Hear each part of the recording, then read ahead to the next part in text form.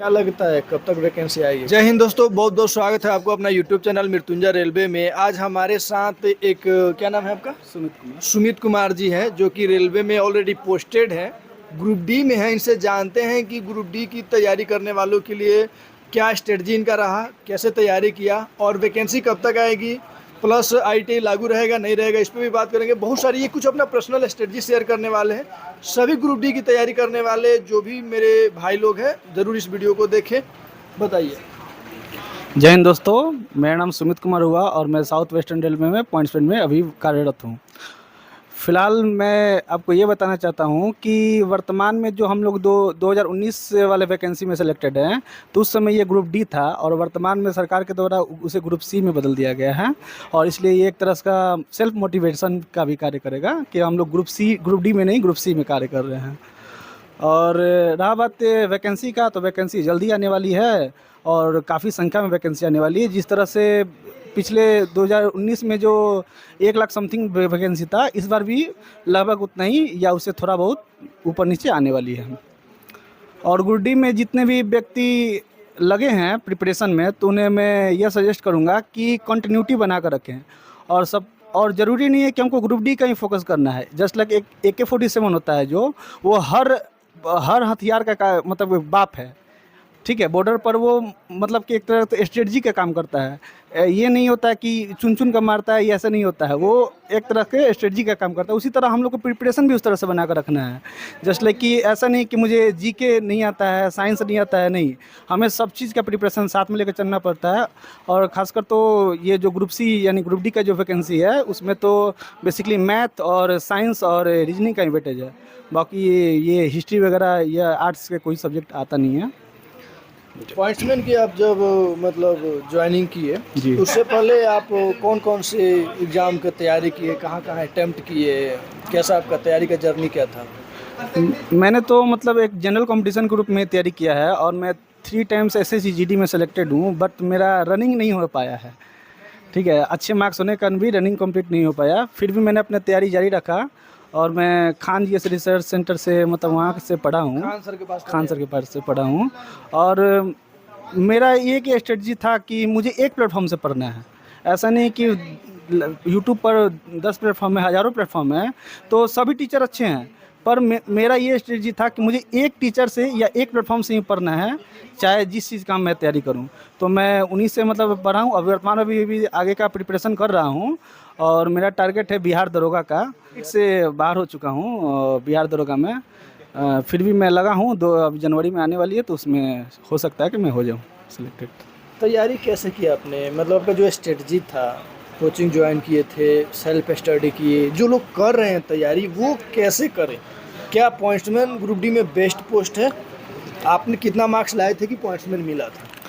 देखिए, फर्स्टली मैं बता दूं कि पॉइंट्समैन अगर आपको पोस्ट चाहिए, तो इसमें कोई टेक्निकल की कोई ज़रूरत नहीं होती है। ओनली आपका 10th मार्क्स होना चाहिए, ठीक। क्योंकि पॉइंट 17 कैटेगरी में total point railway group D में 17 कैटेगरी होते हैं, जिसमें 8 नंबर पर पॉइंट्समैन आता है, ठीक है। तो पॉइंट्समैन के लिए कोई टेक्निकल डिग्री नहीं मांगता है, वो नॉन टेक्निकल के लिए आता है। बाकी ग्रुप डी में बहुत सारे ऐसे पोस्ट हैं जहाँ पर नॉन टेक्निकल और टेक्निकल दोनों को मर्ज कर डाला जाता है, ठीक है। तो अगर आपके पास टेक्निकल भी नहीं है तो पॉइंट्समैन बेस्ट है। अगर हम ग्रुप डी के नज़रिए से देखा जाए तो पॉइंट्समैन जैसा कोई जॉब ही नहीं है, क्योंकि ये ऑपरेटिंग डिपार्टमेंट के अंतर्गत आता है और इसमें बहुत सारे मतलब अपॉर्चुनिटी मिलते हैं। जैसे लाइक आप 2 साल के बाद अब LDC एग्ज़ाम दे सकते हैं और GDC एग्ज़ाम तो आप जब निकलेगा तब आप दे सकते हैं और उसमें आप ऑपरेटिंग डिपार्टमेंट के अंतर्गत आगे भी बढ़ सकते हैं। कैसे पढ़ते थे? कहीं कोचिंग ज्वाइन किए थे, सेल्फ स्टडी किए थे? शुरू से मैं कोई इंस्टीट्यूट में फिजिकली जाकर नहीं पढ़ा हूँ, मैं सेल्फ स्टडी से पढ़ा हूँ और ऑनलाइन क्लास कर खान सर से पढ़ा हूँ। खान से पढ़े। अच्छा, जो बच्चे तैयारी कर रहे हैं खास करके, जी। वो किस चीज़ों पे ध्यान दे? जैसे आपने एग्ज़ाम दिया, कितना मार्क्स था आपका? मेरा मार्क्स था 68.07 मार्क्स था। और उसके बाद से जो आप टेस्ट लगाते थे, जी। मार्क्स कम आता था मॉक में, जी, जी। तो कैसे बढ़ाई उसको? देखिए, एक्चुअली रीजनिंग जो है ना, रीजनिंग जो है वो मतलब कि वो थोड़ा सा समय को लेता है एग्ज़ाम में, ठीक है। तो बेसिकली हम लोग कॉन्सेप्ट अगर साइंस का पढ़ लिए तो कॉन्सेप्ट है, एक बार क्वेश्चन देखे आया नहीं आया आगे निकल गए। पर रीजनिंग जो होता है ना, आता है पर वो समय लेता है, तो उसको समय को रिड्यूस करना है, प्रैक्टिस के द्वारा करना है, ठीक है।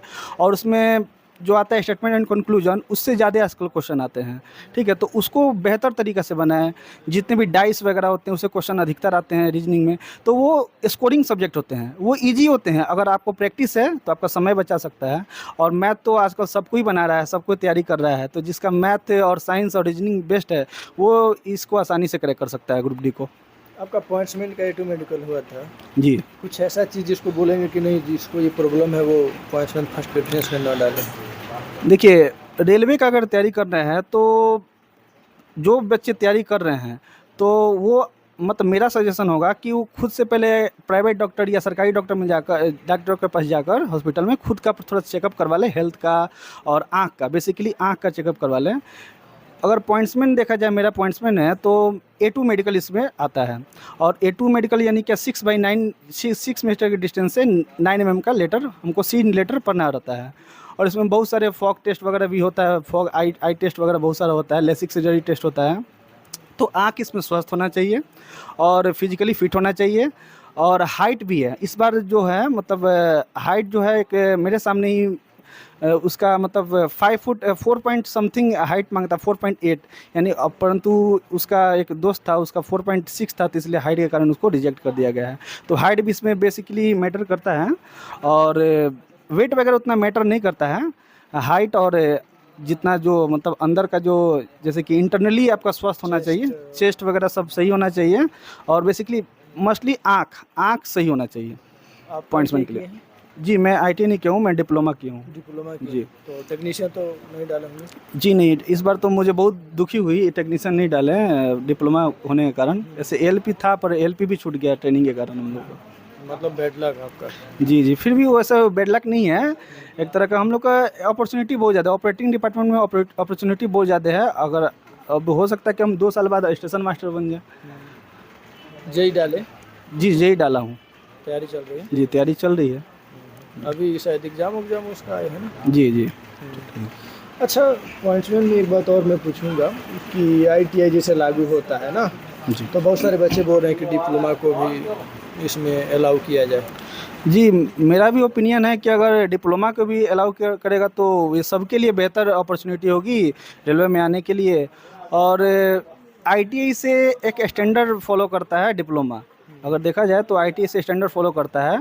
और टोटल वर्क अगर देखा जाए एक मैकेनिकल डिपार्टमेंट के अंतर्गत, या प्रोडक्शन हुआ, ऑटोमोबाइल हुआ, या कोई भी डिप्लोमा सेक्टर हुआ, तो इसका यहाँ पर रेलवे में फिजिकली वर्क है वैसा। अगर टोटल इंजन देखना है, इंजन को देखना है, हम लोग को जैसे संटिंग वगैरह करना रहता है, तो हम लोग पार्ट्स को जितने भी नॉलेज होना चाहिए, तो वो सब हम लोग को फिजिकली पढ़ाया जाता है डिप्लोमा में। अच्छा, आप जैसे तैयारी कर रहे थे तो कुछ मूल जैसे बात जो बच्चों को जानना चाहिए तैयारी के पीरियड में, कुछ मूल मंत्र देना चाहेंगे लास्ट? कि मूल मंत्र ऐसा कुछ होता नहीं है। एक्चुअली क्या होता है कि रेगुलरिटी मेंटेन कर रखना चाहिए। ऐसा नहीं है कि आज हम सेट बना लिए फिर 2 दिन बाद बनाया फिर 3 दिन बाद, नहीं। सेट जो होता है, सेट प्रैक्टिस हमको डेली करना है। आप किसी भी प्लेटफॉर्म से कीजिए। अब ऐसे वर्तमान में तो टेक्स्ट बुक जो बेस्ट है सेट के मामले में अगर देखा जाए तो। बाकी आप कोई भी संस्था से आप पढ़ाई कर अपना जारी रख सकते हैं। और इस एग्ज़ाम को कोई हार्ड नहीं है, आसानी से आप क्रैक कर सकते हैं। बस मैथ, साइंस और रीजनिंग ये बेहतर हुआ, आप एग्ज़ाम को निकाल सकते हैं। लाखों बच्चे हैं जो ग्रुप डी का राह देख रहे हैं ना, बहुत माने एक मिडिल से मिडिल, अपर से अपर, हर एक बच्चा ग्रुप डी को मतलब चॉइस रखता है कि ग्रुप डी में मैं फॉर्म अप्लाई करूँगा। तो क्या लगता है कब तक वैकेंसी आएगी, कुछ आइडिया? एक्चुअली अगर टेंटेटिव डेट देखा जाए तो जनवरी या फरवरी तक हो सकता है आने की संभावना है। तो मिलते हैं नेक्स्ट वीडियो में। Thank you.